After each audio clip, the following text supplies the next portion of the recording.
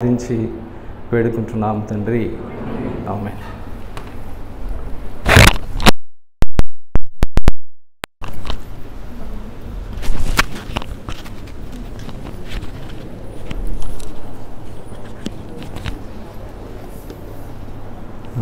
ఈరోజు VBS ఎన్నో రోజమ్మా?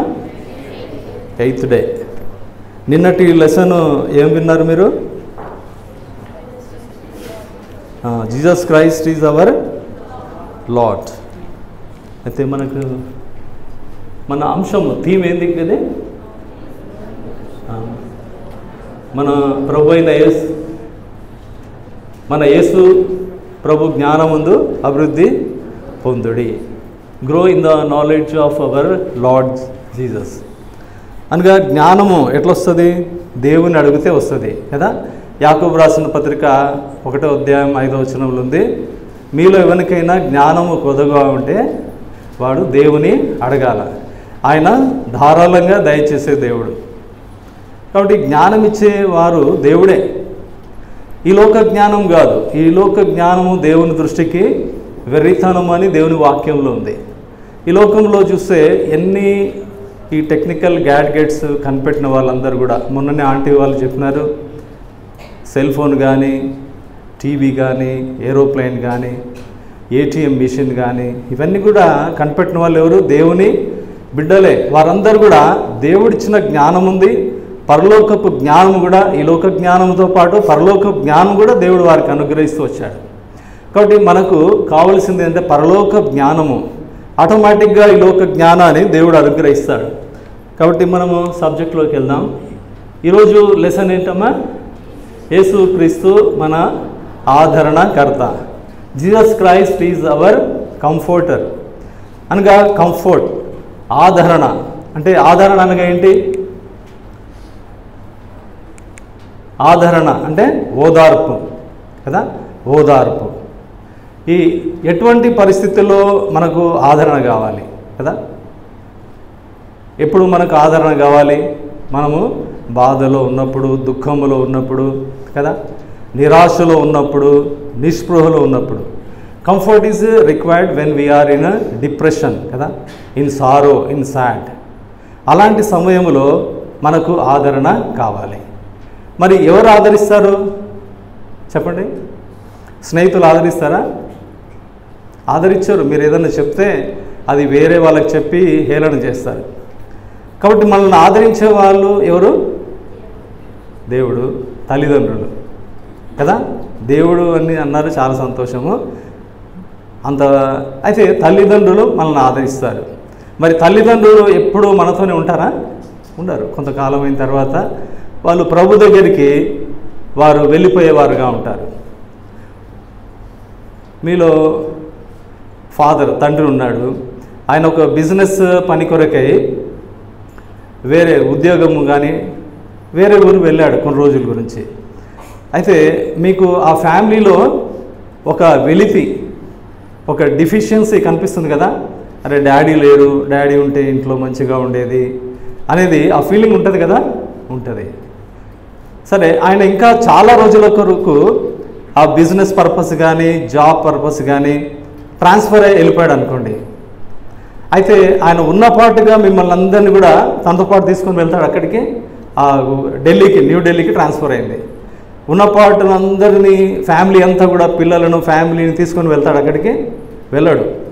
ముందు తాను వెళ్ళి తన ఆఫీస్కు దగ్గరగా ఉన్నటువంటి గృహం ఏదో, పిల్లలకు స్కూల్స్ కానీ, కాలేజ్ కానీ దగ్గరగా అనుకూలంగా ఉన్నటువంటి ఇల్లు, తర్వాత ట్రాన్స్పోర్టేషన్, రైల్వే స్టేషన్ కానీ, బస్ స్టాండ్ కానీ అనుకూలంగా ఉంది, వాటర్ ఫెసిలిటీ ఇవన్నీ బాగా ఉందా, సరౌండింగ్ ఏరియాస్ అన్నీ కూడా బాగా ఉన్నాయా లేదా అని తాను ముందుగా వెళ్ళి అక్కడ పరిశీలించి తాను అన్నీ సాటిస్ఫై అయిన తర్వాత తిరిగి వచ్చి మిమ్మల్ని అందరూ కూడా తాను తీసుకొని వెళ్తాడు కదా. అట్లాగే యేసు ప్రభువారు కూడా తన శిష్యులను ఆయన సిద్ధపరిచేవారుగా ఉంటున్నారు కదా. నిన్నటి దినాన మనం లెసన్ ఏం చూసుకున్నాం? ఇక లాస్ట్ సప్పర్. యేసు ప్రభువారు తన శిష్యుల పాదములు కడిగిన తర్వాత ఇస్కరియోతు యూదాకు ఒక ముక్క ముంచి ఇచ్చినప్పుడు అతనిలో సాతాను ప్రవేశించింది. అతను వెళ్ళిపోయాడు ప్రభు సన్నిధిలో ఉండి. వెళ్ళిపోయిన తర్వాత ఇప్పుడు 12 మందిలో ఒకరు వెళ్ళిపోయిన తర్వాత ఎంతమంది ఉంటారు? 11 మంది ఉంటారు. 11 మందితో ప్రభువారు తాను వారిని సిద్ధపరుస్తూ ఉంటున్నాడు. అనగా నెక్స్ట్ స్లైడ్ చూద్దాం. పిల్లలారా, ఇంకా కొంతకాలం మీతో కూడా ఉందును, మీరు నన్ను వెదుకుదురు, నేను ఎక్కడికి వెళ్ళుదునో అక్కడికి మీరు రాలేరని నేను యూదులతో చెప్పిన ప్రకారం ఇప్పుడును మీతోనూ చెప్పుచున్నాను. మీరందరూ కూడా జాన్ గాస్పల్ 13 చాప్టర్ ఓపెన్ చేసి పెట్టుకోండి. కాబట్టి యేసు ప్రభువారు తన శిష్యులను ఎంతగానో ప్రేమించినాడు కదా. అందుకే పిల్లలారా అని ప్రభువారు సంబోధిస్తున్నారు. కొంతకాలం మీతో కూడా ఉంటాను, తర్వాత నేను వెళ్ళిపోతాను అని చెప్పినప్పుడు పేతురు అడుగుతున్నారు, ప్రభువా ఎక్కడికి వెళ్తున్నావు అని అడిగినప్పుడు ప్రభువారు ఏం చెప్పారంటే, నువ్వు ఇప్పుడే రాలేవు కానీ తర్వాత నువ్వు వస్తావని పేతురుతో ప్రభువారు చెప్పాడు. అంతేకాకుండా ప్రభువారు ఏం చెప్పారండి ఇక్కడ యోహాను సువార్త 13వ అధ్యాయం 34-35లో, మీరు ఒకరినొకరు ప్రేమింపవలనని మీకు క్రొత్త ఆజ్ఞ ఇచ్చుచున్నాను. నేను మిమ్మును ప్రేమించినట్టే మీరును ఒకరినొకరు ప్రేమింపవలెను.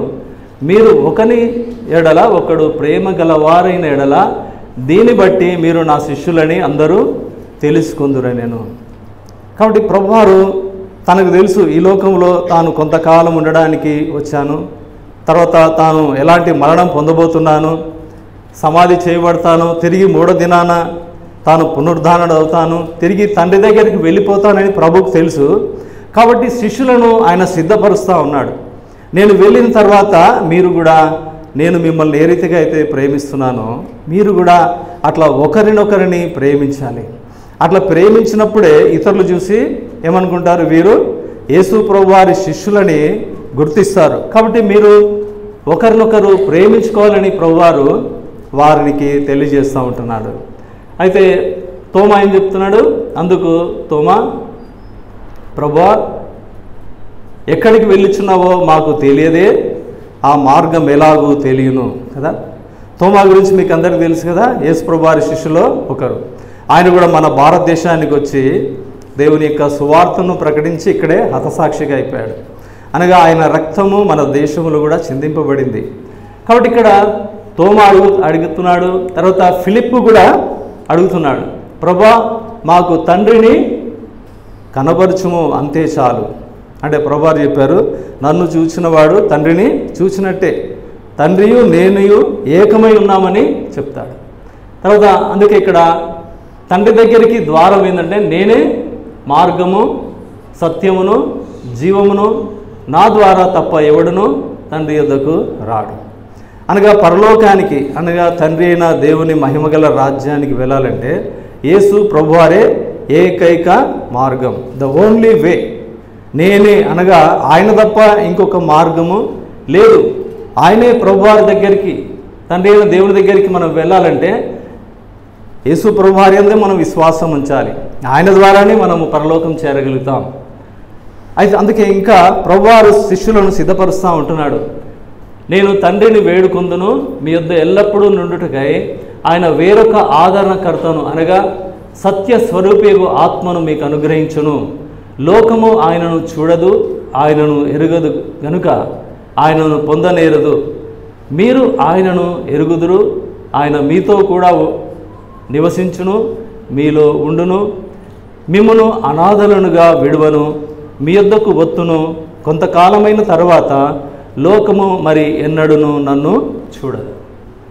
కాబట్టి శిష్యులు వాళ్ళు ఇప్పుడు చాలా మరి కలవరం పడుతూ ఉన్నారు. అరే, యేసు ప్రభువారు మనతో కూడా ఎన్ని దినాలు ఉన్నాడు, మేము ఆయనతో ఉన్నాము, ఆయన చేసే అద్భుతమైన కార్యాలు చూసినాము, ఆయన నోటి నుండి వచ్చిన జీవపు మాటలు విన్నాము కదా. యేసు ప్రభువారు ఎన్ని అద్భుతాలు చేశారు, నీళ్లను ద్రాక్షారసంగా మార్చారు, తర్వాత నీళ్ళ మీద నడిచారు, తుఫానును గద్దించినప్పుడు అది నిమ్మలమైపోయింది, కుష్ఠరోగులను బాగు చేసినాడు, చనిపోయిన వారిని సజీవులుగా చేసినారు, కుష్ఠరోగులను బాగు చేసినాడు కదా. అనేకమైన అద్భుతాలు ప్రభువారు చేసినారు. కాబట్టి అలాంటి ప్రభువు ఇప్పుడు మనల్ని విడిచి వెళ్ళిపోతున్నారు. వాళ్ళ ఊహకు మించినటువంటి స్థితి. అందుకే వాళ్ళందరూ కూడా చూడండి చాలా కన్ఫ్యూజన్లో ఉన్నారు, కలవరంలో ఉంటున్నారు శిష్యులందరూ కూడా. అక్కడ చూస్తే వాళ్ళ ముఖాలన్నీ కూడా ఎంతో కలవరంతో నిండినగా ఉన్నాయి.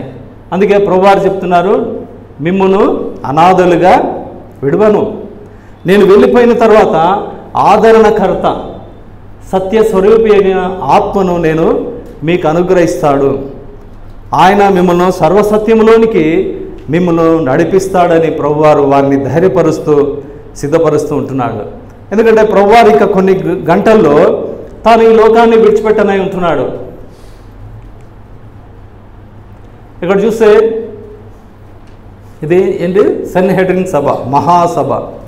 మన భారతదేశంలో అత్యున్నతమైన న్యాయస్థానం మీదమ్మా, highest court in our India, supreme court. సుప్రీంకోర్టులో మామూలుగా ఒక జడ్జి కేసును బట్టి, మామూలుగా కొంచెం కాంప్లికేటెడ్ ఉంటే ముగ్గురు, డివిజన్ బెంచ్ ముగ్గురు జడ్జిలు, ఫుల్ బెంచ్ అంటే 5 మంది జడ్జిలు ఉంటారు. ఇంకా చాలా కాన్స్టిట్యూషనల్ కాంప్లికేషన్స్ వచ్చేప్పుడు 7 మంది జడ్జిలు ఉంటారు. అది ఫైనల్. అయితే ఇక్కడ ఎంతమంది ఉన్నారు, 70 మంది.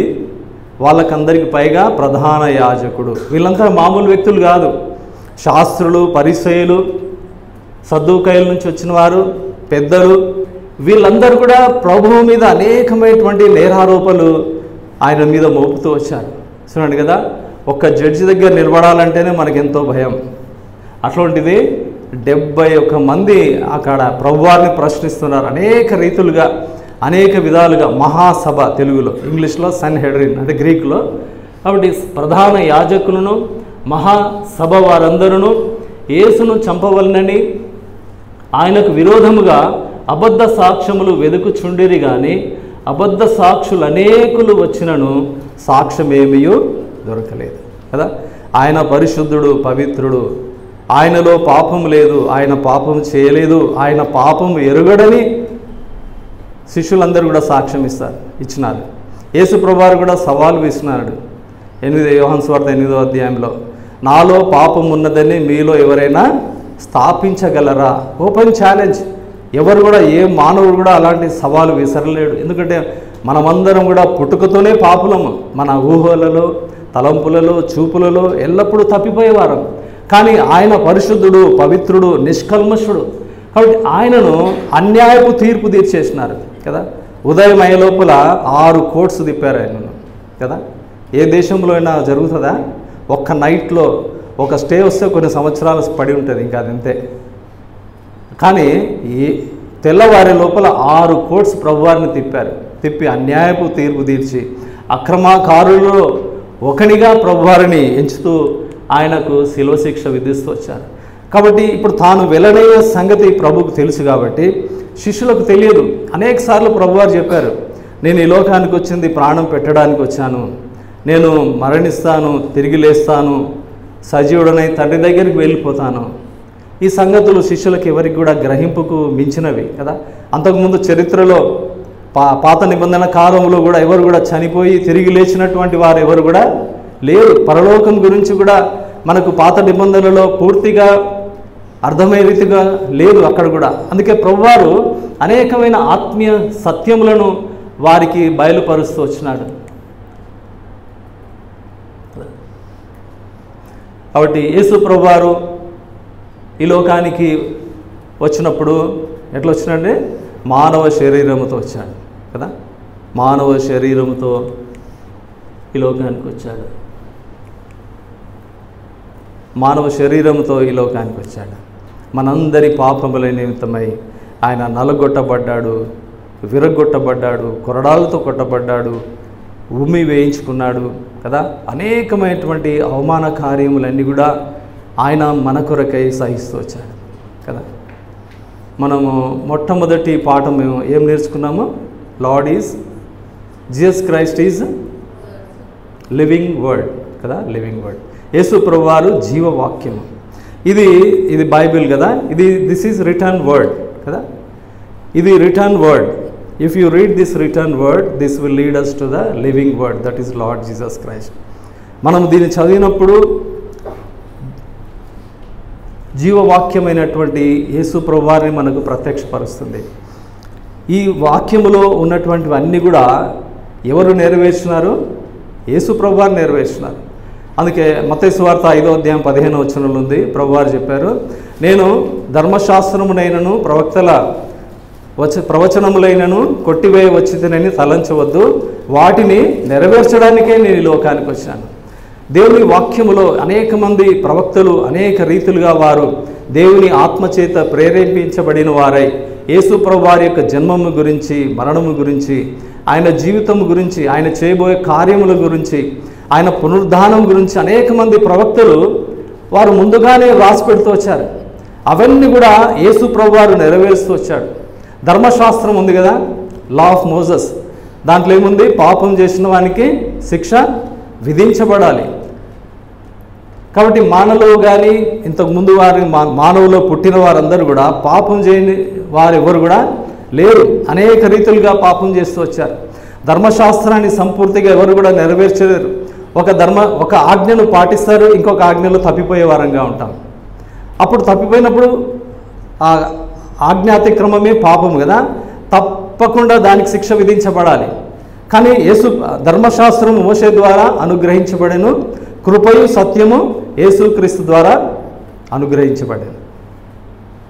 అనగా ధర్మశాస్త్రానికి ఆయన సంపూర్తిగా తను తాను అర్పించుకున్నాడు.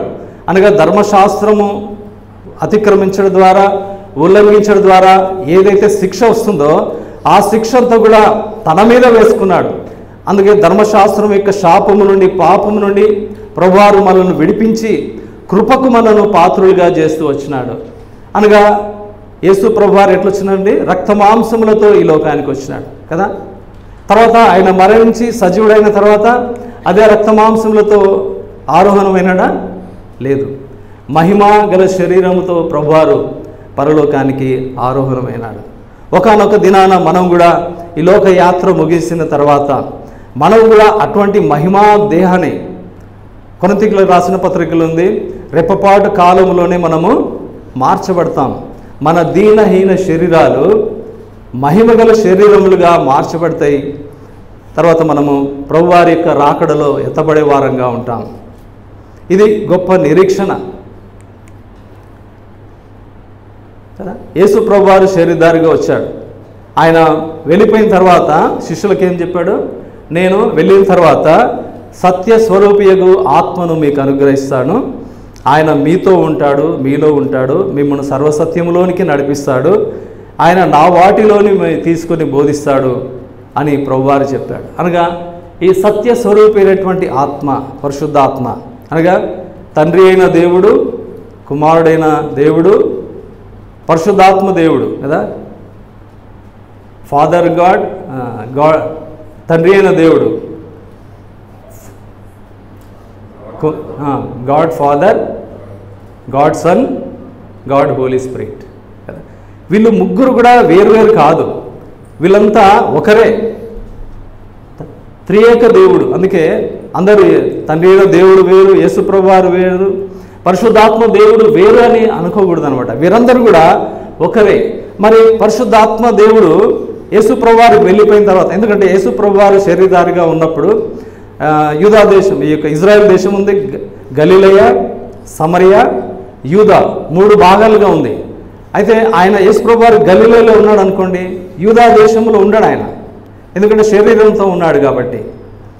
ఒకవేళ యూదాలో ఉంటే సమరయల దేశంలో ఉన్నాడు ఆయన, ఎందుకంటే శరీరంతో ఉన్నాడు కాబట్టి.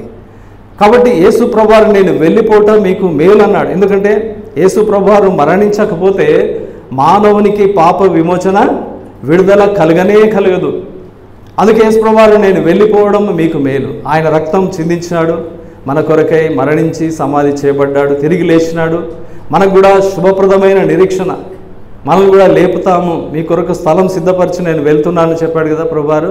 అలాగే నిరీక్షణ మనకి ఇచ్చినాడు. అయితే పరిశుద్ధాత్మ దేవునికి శరీరం ఉందా? శరీరం లేదు. మామూలుగా పరిశుద్ధాత్మ అంటే అందరు చాలామంది ఏమంటారు అంటే అదొక శక్తి అంటారు. పరిశుద్ధాత్మ శక్తి కాదు, person. It is not power, it is ఆయన ఈజ్ ఎ పర్సన్, ఆయన వ్యక్తి, శక్తి కాదు వ్యక్తి. పరిశుద్ధాత్మ దేవుడు, ఆయనకు ఒక శరీరం అంటూ ఉండదు కదా. మామూలుగా యేసుప్రభు వారు యోర్దాను నదికి వచ్చినప్పుడు పరిశుద్ధాత్మ పావురం వలె దిగి ఆయన మీదకి వచ్చారు. అంటే పావురం వలె దిగి వచ్చని ఉంది కానీ పావురం కాదు. మామూలుగా మనం అందరము ఏ Holy Spirit, God of Holy Spirit అనగానే పావురం చూపిస్తారు కదా, పావురం వలె ఆయన దిగి వచ్చారు అనగా ఈ యొక్క Holy Spirit God is a omnipresent God అనగా తెలుగులో ఏమంటారు, సర్వాంతర్యామి, omnipotent God. Our God is omnipotent God. Omnipotent God అంటే సర్వశక్తిమంతుడు. తర్వాత ఓమ్నిసియంట్, సర్వజ్ఞాని అయినటువంటి దేవుడు ఆయన. తర్వాత ఓమ్నీ ప్రెసెంట్ అనగా సర్వాంతర్యామి అయినటువంటి దేవుడు, అనగా సర్వము అంతటి కూడా వ్యాపించినటువంటి దేవుడు కదా, ఈ సర్వాంతర్యామి అయినటువంటి దేవుడు. నా జీవితంలో చిన్న ఎక్స్పీరియన్స్ షేర్ చేసుకుంటా.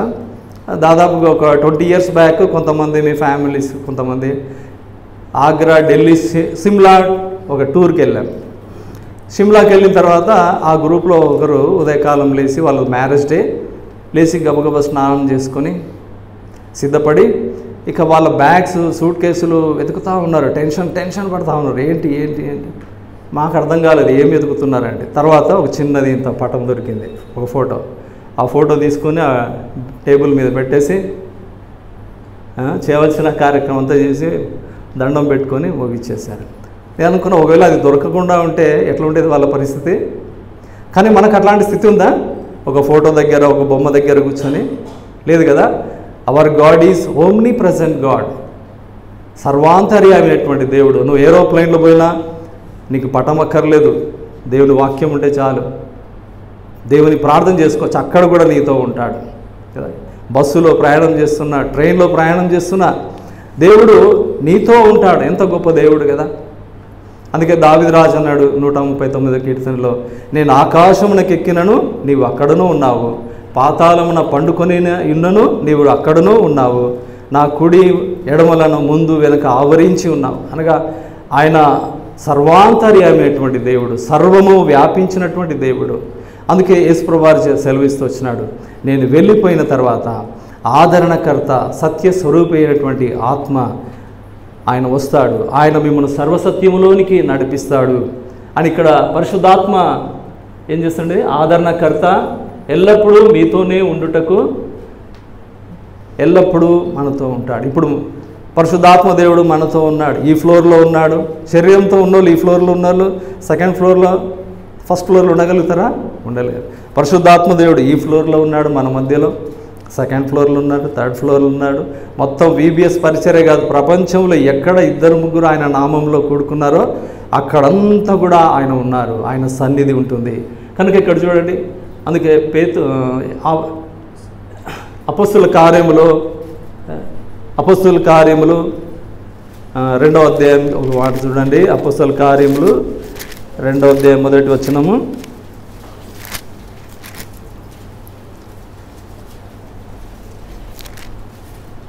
పెంతెకొస్తు పండుగ దినం వచ్చినప్పుడు అందరూ ఒక చోట కూర్చుండిరి. అప్పుడు వేగముగా వీచు బలమైన గాలి వంటి ఒక ధ్వని ఆకాశం నుండి అకస్మాత్తుగా వారు కూర్చుండిన్న ఇల్లంతయు నిండెను. మరియు అగ్ని జ్వాలల వంటి నాలుకలు విభాగింపబడినట్టుగా వారికి కనపడెను. వారిలో ఒక్కొక్కని మీద వ్రాలగా అందరూ పరిశుద్ధాత్మతో నిండిన వారై. అనగా మనం అక్కడ అంతా చూస్తున్నాం కదా, అగ్ని జ్వాలలు, పరిశుద్ధాత్మ దేవుడు. పరిశుద్ధాత్మ దేవుడు అంటే ఒక శక్తి కాదు, ఒక వ్యక్తి, ఇండివిజువల్. ఆయన సర్వాంతర్యామైనటువంటి దేవుడు. కాబట్టి అలాంటి దేవుడు ఇది మన బియాండ్ అవర్ ఇమాజినేషన్. ప్రభు గురించి తెలుసుకోవాలంటే, ఈ త్రిత్వం గురించి, తండ్రి గురించి, కుమారుని గురించి, పరిశుద్ధాత్మ గురించి తెలుసుకోవాలంటే మనం జీవితకాలం అంతా కూడా ధ్యానించినా కూడా ఇంకా తెలుసుకోవలసింది ఎంతో ఉంటుంది. కనుక ప్రభువారు ఇక ఆయన ఆ లాస్ట్ సప్పర్, ఆ మేడ గది నుండి వెళ్ళి శిష్యులను రండి ఇక్కడ నుంచి వెళ్దామని తీసుకొని వెళ్ళిన తర్వాత ఇంకా శిష్యులతో ప్రభువారు వారిని ధైర్యపరుస్తున్నాడు, సిద్ధపరుస్తున్నాడు. ద్రాక్షవల్లిని నేను, తీగలు మీరు. ఎవడు నా యందు నిలిచిండునో, నేను ఎవని యందు నిలిచిండునో వాడు బహుగా ఫలించును. నాకు వేరుగా ఉండి మీరేమీ చేయలేరు కదా. యేసు ప్రభువారేలోనే ఉంటే మనము ఫలించగలుగుతాం కదా. ఆత్మఫలములు గలేషియన్స్ 5:22లో ఉంది కదా. ప్రేమ, సంతోషము, సమాధానం, దీర్ఘశాంతము, దయాళుత్వం, మంచితనము, ఆశా నిగ్రహం, సాత్వికం, ఇవన్నీ కూడా యేసు ప్రభువులో ఉన్నప్పుడే మనలో ఉంటాయి. మనలో మంచిది ఏదీ లేదు. వాస్తవానికి మనం అరకాలు మొదలుకొని నన్నెత్తి వరకు కూడా పాప స్వభావంతో నిండిన వారము. ఆయన ప్రభు రక్తంలో కడగబడి యేసు ప్రభువులో మనం ఉంటేనే, ఏ రీతిగా అయితే ఈ యొక్క బ్రాంచ్ ఉంది కదా, ఆ బ్రాంచ్ ఆ వైన్లో ఉందో, ఆ స్టెమ్లో ఉందో, ఆ స్టెమ్లో ఉన్నప్పుడే అది ఆ సారము వలన అది ఫలించగలుగుతుంది. అట్లాగే మనం కూడా ప్రభువులో ఉంటేనే ఆ ఫలించేటువంటి లక్షణాలు మనం పొందగలుగుతాం. ఆ సారం ఎక్కడి నుంచి వస్తుంది? యేసు ప్రభువులో నుంచి వస్తుంది. మనకు ఆయనలో మనం ఉన్నప్పుడే మనలో ఆయన ఉంటాడు. అందుకే నా యందు మీరును, మీ యందు నేను నిలిచి ఉందును, వాడు బహుగా ఫలించును, నాకు వేరుగా ఉండి మీరు ఏమీ చేయలేరు. అనగా ఈ లోకంలో పొందబోయేటువంటి శ్రమల గురించి ప్రభువారు సిద్ధపరుస్తున్నాడు. ఎందుకంటే ఈ లోకంలో శ్రమలు, యేసు ప్రభువారిని తిరస్కరించినప్పుడు, యేసు ప్రభువారిని నమ్ముకున్న వారిని ఈ లోకం తిరస్కరించదా? తిరస్కరిస్తుంది. ఇప్పుడు భయంకరమైన పరిస్థితులు ఉన్నాయి మణిపూర్లో కానీ, నార్త్ ఇండియాలో కానీ. కానీ వీటన్నిటి కూడా మనం తట్టుకొని మనం సిద్ధపడి ఉండాలా. అందుకే నెక్స్ట్ దాంట్లో చూద్దాం. లోకంలో ఉన్నదంతయు అనగా శరీరాశయు, నేత్రాశయు, జీవపు డంబమును తండ్రి వలన పుట్టినవి కావు, ఇవి లోక సంబంధమైనవే కదా. నేత్రాశ లోకములో ఉన్నదంట కూడా ఇది శరీరాశ. మనకు మామూలుగా 3 శత్రువులు: లోకము, శరీరము, సైతాను. లోకముతో అంటే లోకము యొక్క ఆకర్షణ నుండి మనం తప్పించబడాలి. తర్వాత శరీరాశ అనగా మన శరీరమే.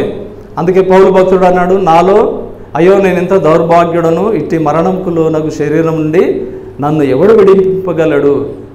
మేలైనది చేయవలని నాకు కలుగుచున్నది కానీ నేను చేయలేకపోతున్నాను. అనగా నాలో మంచిది ఏదీ లేదని అంత గొప్ప భక్తుడు పౌలు గారే చెప్పినప్పుడు మనం ఎంతటి వారం కదా. అందుకే మనం ఎల్లప్పుడూ ఈ యొక్క శరీరాశను జయించడానికి కొరకై ప్రభువును ప్రార్థన చేస్తూ ఉండాలి. ఎందుకంటే శరీరమే మనకు శత్రువు. కాబట్టి ఎల్లప్పుడూ ఈ యొక్క శరీర ఆశల నుండి తప్పించబడడానికి కొరకై ఎల్లప్పుడూ మనం ప్రార్థన చేయాలి. జీవపు డంబము కదా, గర్వము, ప్రైడ్. ఏ విషయంలో అయినా గర్వం వచ్చేస్తుంది మనకు తెలియకుండానే.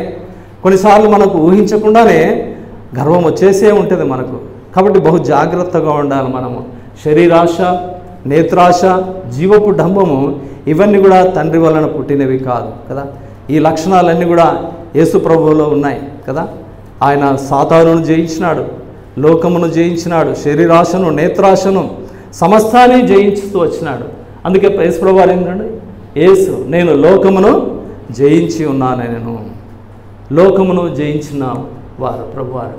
కాబట్టి పరిశుద్ధాత్మ యొక్క కార్యములు, పరిశుద్ధాత్మ వచ్చినప్పుడు ఆయన వచ్చి, అందుకే ఆయన అన్నది కదా, ఇటు కాదు, ఆయన వచ్చి పాపమును గూర్చి, నీతిని గూర్చి, తీర్పును గూర్చి ఒప్పుకొన చేయును కదా. మామూలుగా ఎవరైనా మనం వెళ్ళి ఒక వ్యక్తి దగ్గరికి వెళ్ళి నువ్వు పాపివి, నువ్వు తాగుతున్నావు, నువ్వు తిరుగుతున్నావు, సినిమాలు చూస్తున్నావు అంటే వాళ్ళకు కోపం వచ్చేస్తుంది కదా, కొట్టేస్తారు కూడా కొన్ని సందర్భాల్లో. కానీ మనం సువార్త చెప్పాలి దేవుడి వాక్యానుసారంగా. కానీ వాళ్ళలో కార్యం చేసేది పరిశుద్ధాత్మ దేవుడు. పరిశుద్ధాత్మ దేవుడే వారిని ఒప్పిస్తాడు, వారిని గద్దిస్తాడు, సరి చేస్తాడు. నా జీవితంలో కూడా అట్లాగే జరిగింది. నేను ఎప్పుడైనా సేవకులు వస్తే పారిపోయేవాడిని, అవకాశం ఇచ్చేవాడిని కాదు. ఇక్కడ నుంచి వస్తే ఇక్కడ నుంచి వెళ్ళిపోయేవాడిని. సంఘ పెద్దలకు కూడా దొరికేవాడిని కాదు. కానీ ఒకనొక దినాన ఊరు వెలపట ఎక్కడో ఉండకూడని చోట ఉంటే అక్కడ దేవుని వాక్యం విని అప్పుడు నేను ఒప్పించబడ్డాను. ఇక్కడ నూతన జన్మ అనుగ్రహము కదా, తిరిగి జన్మించే అనుభవము పరిశుద్ధాత్మ దేవుడు ఇస్తాడు. తర్వాత మీలో నివసించును,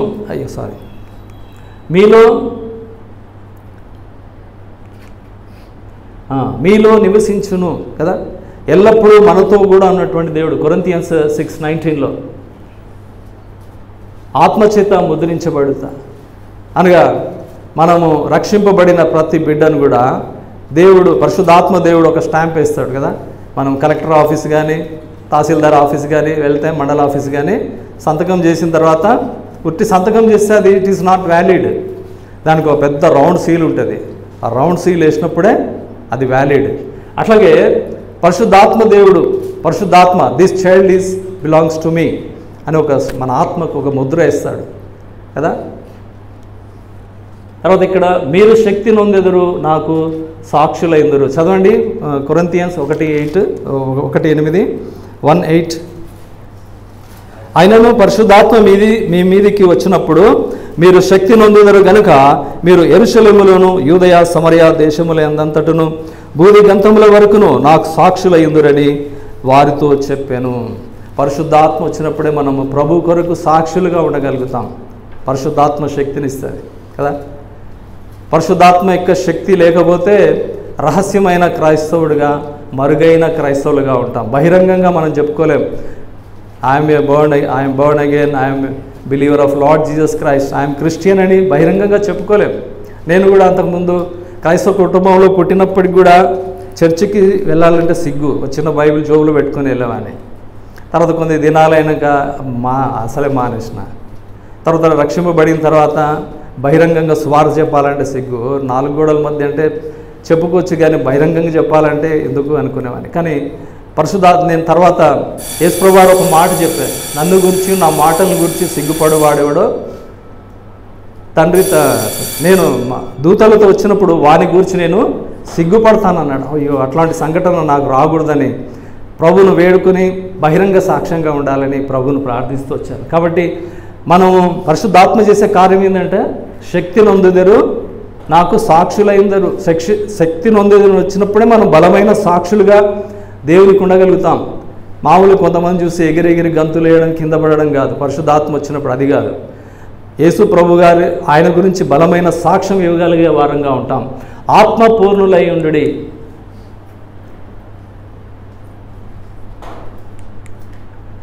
కదా కన్ఫెస్ కదా, మన పాపములను మనం ఒప్పుకునే ఎడల ఆయన నమ్మదగిన వాడు, నీతిమంతుడు కదా. ఫస్ట్ స్టెప్ ఏంటంటే మనం కన్ఫెస్ అంటే రిపెంట్ అంటే టర్న్ బ్యాక్. ఒకప్పుడు పాపం వైపు పరిగెడుతూ ఉన్నటువంటి మనము, అంటే పాపం వైపు యేసు ప్రభువారికి వీపు చేసినాం, పాపం వైపు పరిగెడుతున్నాం. రిపెంట్ అంటే టర్న్ బ్యాక్. ప్రాడిగల్ సన్లో ఏం చేస్తున్నాడు, తండ్రి దగ్గర నుంచి పారిపోతూ వచ్చాడు. అక్కడ పశ్చాత్తాపం పొందినప్పుడు తిరిగి తండ్రి వైపు వచ్చాడు. అట్లాగే మనము పాపం వైపు పరిగెడుతున్న మనము టర్న్ బ్యాక్ అనగా మనం తిరిగి ప్రభువారి దగ్గరికి రావాలా, మన పాపములు ఒప్పుకోవాలా మొదటిగా. తర్వాత బిలీఫ్ కదా, విశ్వసించాలి. విశ్వాసం లేకుండా దేవునికి ఇష్టడైనట అసాధ్యము. It is impossible to please the lord without faith కదా. విశ్వాసం లేకుండా ప్రభుకి ఇష్టలై ఉండలేం మనం. తర్వాత అడగాలి కదా, we have to ask Jesus Christ. ఆయనంత మర్యాద గల దేవుడు అంటే మనం అడగాలి ఆయనను. మనం అడగకుండా వచ్చేవాడు ఒకడు ఉన్నాడు. ఎవడాడు? సాతానుడు, సిగ్గులేనివాడు. Without invitation he will come and spoil us. కానీ మన దేవుడు ఈజ్ అ రెస్పెక్టబుల్ గాడ్. ఆయన ప్రేమ గల దేవుడు, మర్యాద గల దేవుడు. మనం ఆయనను ఆహ్వానించాలి, ఆయన అడగాలి. ఖచ్చితంగా ఆయన మన ప్రార్థన ఆలకిస్తాడు, మనం క్షమిస్తాడు. తర్వాత నేను తండ్రిని వేడుకొందును, మీరు మీ వద్ద ఎల్లప్పుడూ నుండుకై ఆయన వేరొక ఆదరణకర్త అనగా సత్యస్వరూపి ఆత్మను మీకు అనుగ్రహించును. Let us pray.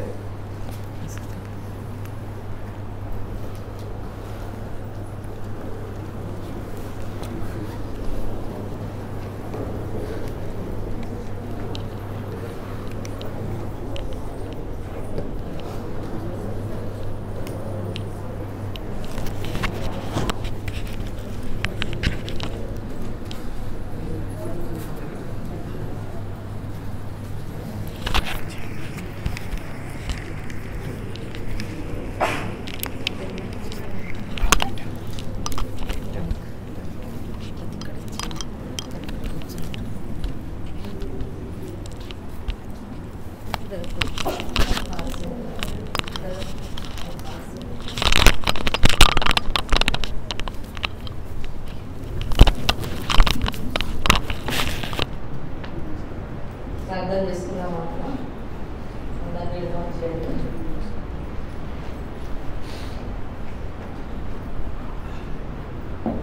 దైవ తండ్రి కృపల ప్రభావం దేవ పాదములకు స్తోత్రములు.